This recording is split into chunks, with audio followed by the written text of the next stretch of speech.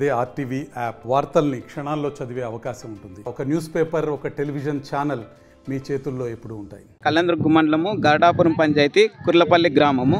మా కుర్లపల్లి గ్రామంలో శ్మశాన వాటిక అలాగే ఎండోమెంట్ స్థలాలు చాలా పెండింగ్లో చాలామంది ఆక్రమించుకోవడం జరిగింది. అందులో శ్మశాన వాటికి సంబంధించి సర్వే నంబర్ 8 4 ఎకరాల 66 సెంట్లు కలదు.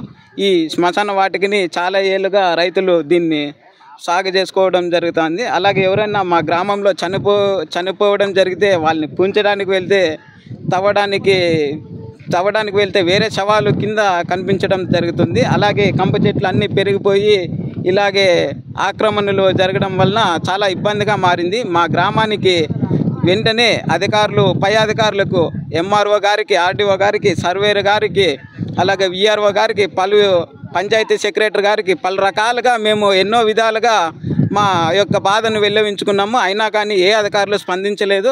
అలాగే మా ఊరికి సంబంధించి ఎండోమెంట్ భూములు చాలా పెండింగ్లోనే ఉన్నాయి.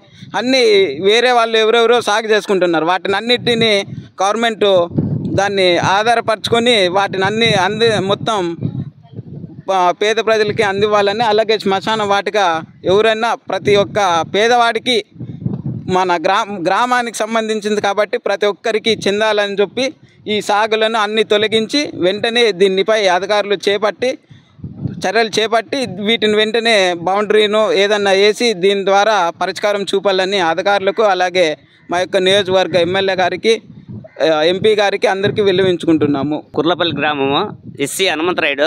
ఇక్కడ శ్మశానంలో చెట్లు పెరిగినవి సైడ్లు అక్కడ ఇక్కడ వాళ్ళంతా తోటలలో చేనులంతా ఒత్తుకొచ్చినారు. అది కొంచెం క్లీన్ చేయించి దాన్ని ఎంత ఉందో భూమి అంత కొలిపించి మాకు ఇక్కడ కొండల పక్కన కొండ ఇరుకాట మీదంతా ఎగేసినారు. కొండల పక్కన దావ పసులు, గొర్రెలు, మేకలు ఏటి మనుషులు పారడక్కలేదు. ఆ దావ ఉంది అక్కడ.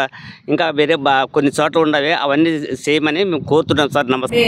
కుర్లపల్లి గ్రామస్తులు సర్వే నెంబర్ 8లో గల శ్మశాన వాటిక గురించి అర్జీ ఇవ్వడం జరిగింది. సో దాని యందు అంటే వాళ్ళు పడుతున్న బాధలు అన్నీ వివరించారు. సో అన్నీ విన్నాము. ఇప్పుడు ఇమీడియట్గా తహసీల్దార్కి ఎంక్వైరీకి రాశాను. సో ఇమీడియట్గా ఎంఆర్ఓ గారిని పంపిస్తాను. ఎంక్వైరీ జరిగి వాళ్ళకి త్వరితగతిన సొల్యూషన్ ఇస్తాను.